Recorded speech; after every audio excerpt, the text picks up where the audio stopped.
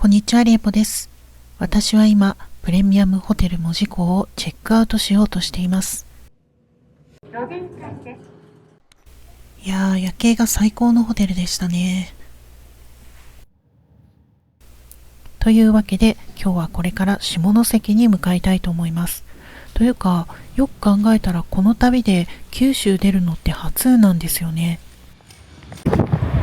なんか近くにレンタサイクルがあるみたいなので、自転車借りて行ってみようかと思ってたんだけど、雨がちょっと降ってきてますね。パラパラ。どうしよう。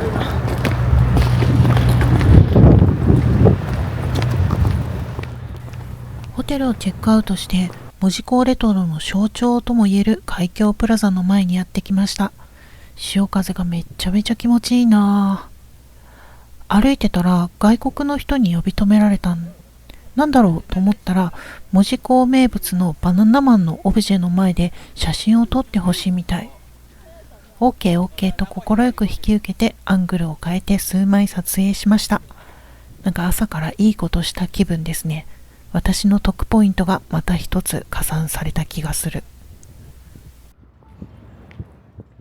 せっかくだから私も一枚撮っとくかと思ってセルフィー撮り始めたんだけど、さっきね、写真を撮ってあげた人たちがこちらをじっと見てるんですよね。なんかもしかして撮りましょうかって言ってくれるのかなと思って数秒期待して待ってみたんだけど、なんかね、ニコニコしながらありがとうだけ言ってそのまま颯爽と去っていきましたね。セルフィー撮りながらバナナマンと笑顔で見送りました。もうなんか黄色いバナナのポストがある。もいで食べられそうですね、これ。バナナマンとの切ない自撮りを終え、本日の相棒を迎えにやってきました。レンタサイクルジョイント門司港レトロさん。ここで自転車を借りて下関に向かうのが今回のミッションです。新型車両は1日1000円。なんかこう一番人気って書いてあると選んじゃいますよね。ループなんかや2人乗り自転車もありました。書類を書いて本人確認書類を提示したらレンタルできます。年齢は16歳以上からだったかな。番号だけ控えさせていただきます。手荷物を預けるロッカーもあったけど、小さめの荷物しか入らなさそうな感じ。離れるときで必ずお願いします。これロック、これですね。これを押して下にスライドで、これ赤く光れば大丈夫なんで、あとはもう漕ぐだけで。わかりました。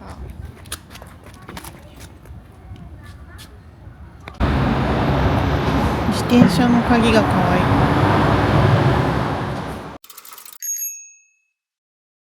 門司港と下関の間は関門連絡船で20分ごとに出ているので、1本乗り逃してもすぐ次の便が来る感じ。料金は片道大人400円、子供200円とリーズナブル。自転車を持って行ったらプラス260円。この時はね、私以外自転車持って乗って行ってる人は見当たらなかった気がする。いや、本当にいいのかなとか思いながら進んでいったよね。でも大丈夫でした。この通り。ただちょっとびっくりしたのが、フェリーとかだとバイクとか固定したりするじゃないですか。短い距離だとしなかったりするけど、結構この連絡船揺れるんですよね。なんだけど自転車とか特に固定しなかったので、これ海に落ちるんじゃないのかなとか思いながら乗ってました。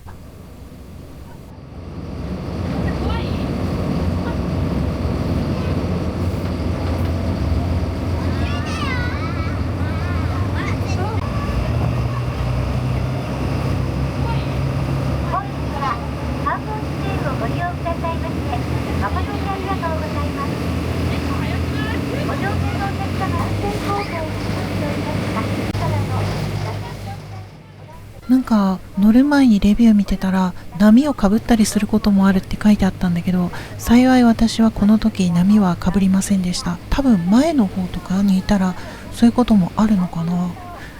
の代わりにね、めちゃめちゃ踏ん張ってた。これね、動画で伝わるかわからないけど結構揺れるし結構速いので、あっという間に5分ぐらいかなで下関の景色が見えてきました。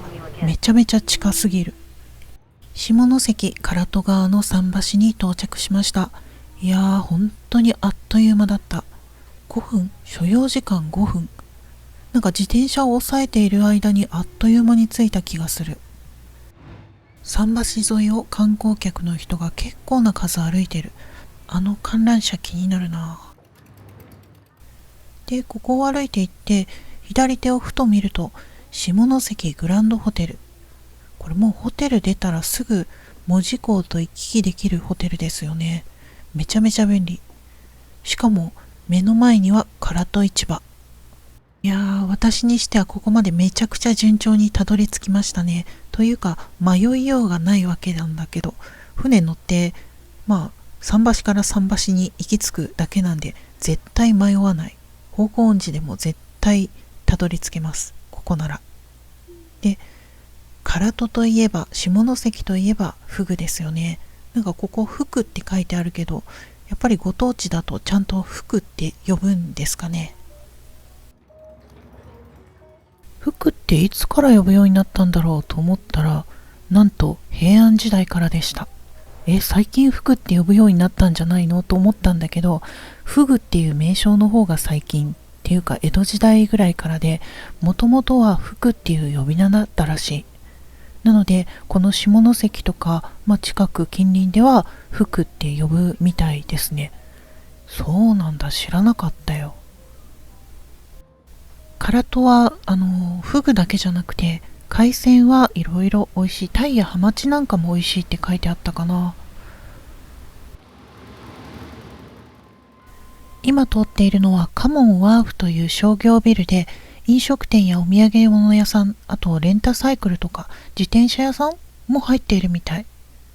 中の方は見なかったんだけど、とりあえず唐戸市場に行きたいということで、駐輪場市場の横に見つけて止めてきました。めちゃくちゃ塩の匂いがする。いきいき唐戸市場。なんかYouTube とかでよく見ますよね。なんか寿司を買ってる人たち。うわー、めちゃめちゃ広い市場ですね。すごい。なんかでっかいフグのオブジェとかもある。あ、フグだった。フグです。金土日祝とかだといきいき馬鹿街っていう飲食イベントがあるみたいですね。結構人がいる。イベントのある日はなんか寿司を1貫ずつ買ったりするのがなんかめちゃめちゃ楽しそうな動画とか見たことありますね。っていうかこれなんだ、フグの自動販売機、フグガチャっていうのがあるみたい。歩いてたらなんかこんなの見つけた。フグガチャ無人販売。海鮮のガチャって初めて見たんだけど、なんかすごいですね。このシークレットレア気になる。これがフグガチャか。持ち帰りというか贈り物のフグも思ってたより安い。これやっぱりご当地だからなんですかね。羨ましいですね。フグって言ったらなんかご当地じゃない私にとっては高級なイメージなんだけど、よく映画とかでお金持ちがバッサーっと箸でフグを束になって取って掴んで食べたりしてるやつがありますよね。あれなんか憧れますね。ミーハーなんで。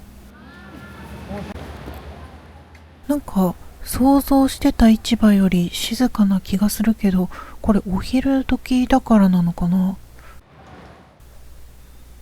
と思ってたら、どうやらこの予感が現実のようでした。今日、水曜日です。水曜日ってよく考えたら市場がお休みのことが多いんですよね。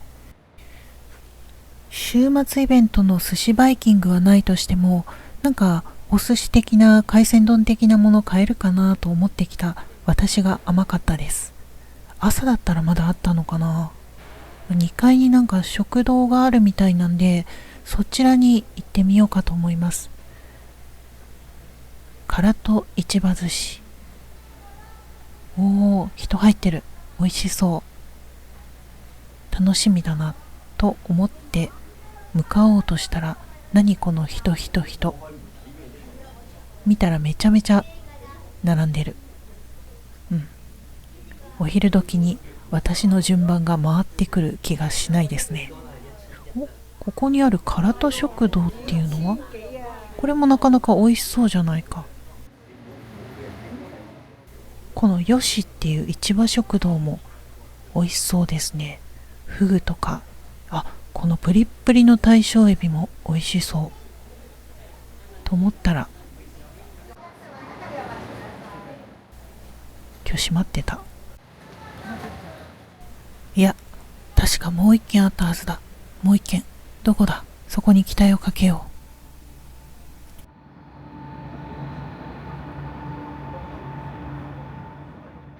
う。と、失意のままふらふらと市場の周りをさまよっていると、ご縁があって近くのお店に行くことになりました。入ったんですが、大人の事情により、お店の動画はなしです。いや、いろんな意味で勉強になりました。予定もかなり押してきたんだけど、失意のままふらふら歩いていると、こんな商店街の前にやってきました。商店街見るの好きなんですよね。これが唐戸商店街かと思って歩いてたら、なんかアーケード崩してた。これ撤去する前、それとも改修工事と思いながら横を見ると、カラトピアサンリブとかいう商業施設があった。なんだろうこれ、地元の商業ビルみたいな感じなのかな。ご当地商業ビル。なんか味わい深い感じですね。やっぱご当地のお店に入ったら見たくなるのはこちら、調味料。タレ、戸村のタレがここにもあった。宮崎の美味しい焼肉のタレですね。あと、下関の醤油ってこんな感じなんですね。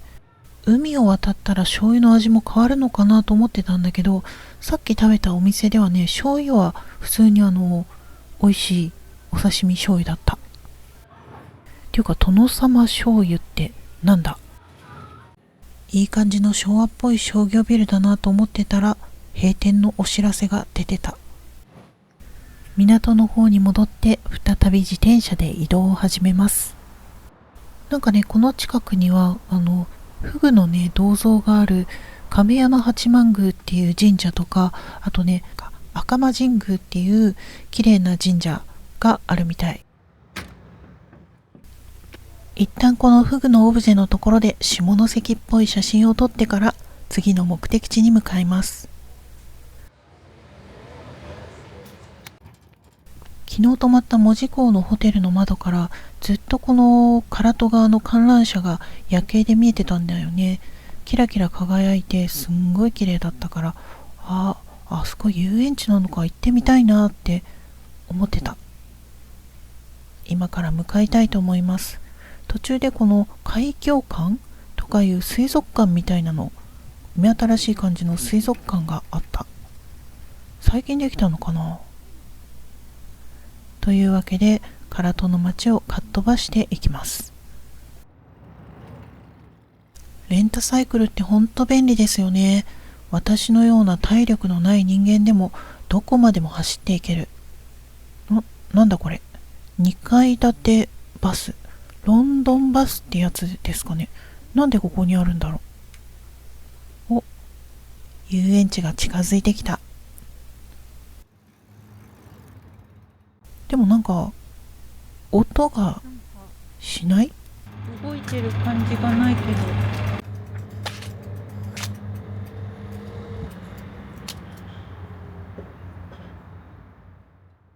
閉まっとるやないか。静けさや岩にしみ入る腹の音。いやー、事前調査って大事ですね。なんだこのレトロなビルは。右側の建物は秋田商会といって大正4年頃に建てられた建物で、上になんか木が見えるんだけど、あれ屋上庭園なんだって。中には和室もあるらしい。で、隣は下関鍋町郵便局って言って、国内最古の現役郵便局舎なんだって。なんだこの突如現れる可愛い建物は、と思ったら旧下関英国領事館らしい。ピーターラビットはね、なんか建物が生まれた年とピーターの誕生日が同じだから公式キャラクターみたいにしてるみたい。2階にはティールームがあって、この建物自体は無料で見学できるみたいです。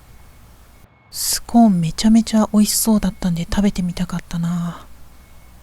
さて、というわけでひとまず下関駅に向かって走りたいと思います。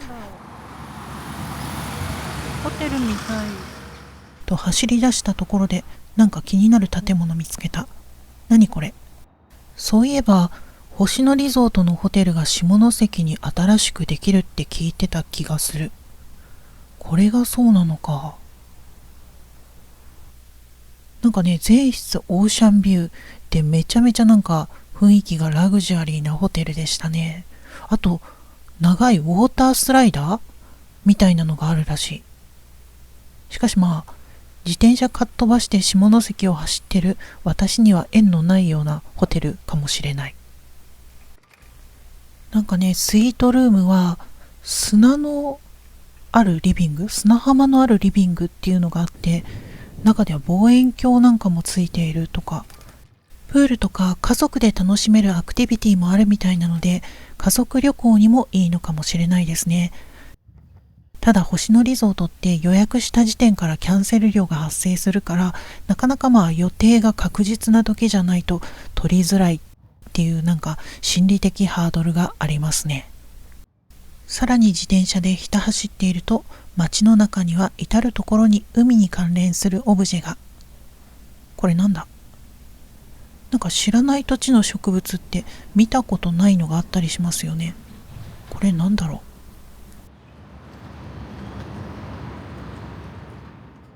左手に海を眺めながらひた走る最高のサイクリングコース。眼前に見えてきたのは何やら気になるオブジェ。これなんかね、マルハニチロの捕鯨船のなんかみたいですね。捕鯨船第25期リマル？もともとなんかマルハニチロの前身のマルハっていうのが下関の太陽漁業だったかなっていうところだったみたいで、その関係で下関にはマルハニチロ関連のものが多い、マルハ関連かなのものが多いみたい。そしてその先にあるこのめっちゃかっこいい交番、なんか今にもロボット変形して立ち上がりそうな感じですよね。ここもともとは下関の山口県全域を管轄する水上警察署だったんだって。自転車で走ると体感速度がマイナス5度になるらしい。つまりめちゃめちゃ寒い。なんかタワーがどんどん近づいてくる。上にボールみたいなのが乗ってる。なんかさっきからひた走るんだけど、駅に近づいてる気配がない。合ってるのかなと思ってたら、なんか目の前に超前衛っぽい建物が現れた。見上げてみると、これあれだ。門司港から見えてたタワーだ。ここもやっぱり住居と展望台のセットなのかな。下関って船の行き来が多いからか、なんかね、この船ってもう社名に入ってる下船って会社とかあった。造船所や海運会社の海洋資材の販売を行う会社で、救命具なんかも作っているらしい。なんか向こう側にも気になる建物がある。下関国際ターミナル？下関の船の国際ターミナルみたい。なんかね、さっき見た国際ターミナルと駅までってストレートにこの陸橋でつながっているらしい。今回私自転車なんでこの陸橋に乗ることはできなかったけど、もう目の前が下関駅だということで、ほっと一安心したところで目の前のここにふらふらと入ってしまいました。そしてあっという間に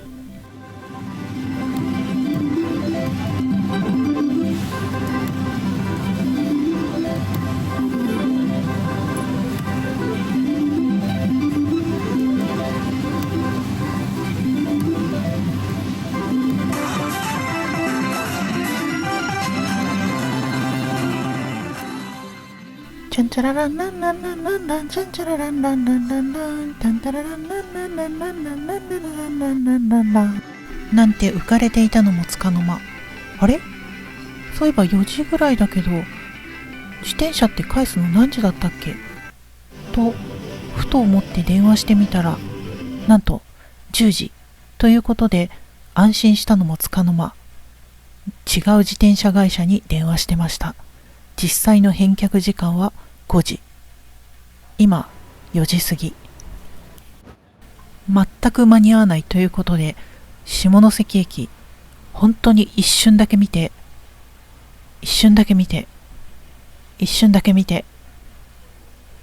はい、帰ります。下関駅見た。よし、急げ。返却時間まであと30分しかない。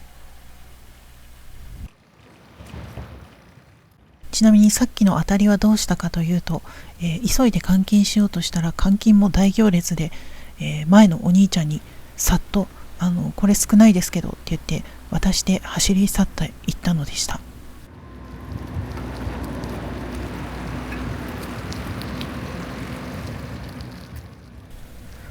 美味しい刺身も食べられず、駅の散策もできず、いや私は一体何のために下関に来たのか。いやまあこれもまた旅か。それに唐戸周辺は散策できたしな。あとね、醤油を見れたのが良かった。今私が全速力で走りながら近づいている灯台は、反対側にもね違う色の灯台があって、それぞれの灯台に手を触れてお互いが大声で愛を誓い合うと、なんか永遠の愛になるらしいという伝説の灯台ですね。私は一人だったので、誰に向かっても叫ばず灯台タッチだけして、急いで船着き場にやってきましたが、チケット買い忘れた。めちゃめちゃ走って唐戸ターミナルで切符を買います。なんかね、船の人が大丈夫ですよって言って、慌てなくていいですよって言ってくれました。で、無事に帰り道も乗船。ギリ5時ギリに間に合いそうです。いやー、船が20分ごとに出ててよかった。というわけで、恋人灯台に見守られながら下関を後にします。次来る時こそは下関駅周辺も散策したい。あと市場で寿司食べたかった。リベンジできるか。帰りもめちゃめちゃ揺れてました。最後まで動画見てくれてありがとうございました。それではまた次の動画でお会いしましょう。バイバイ。よかったらチャンネル登録と高評価いただけたら喜びます。あと Twitter と Instagram もやってます。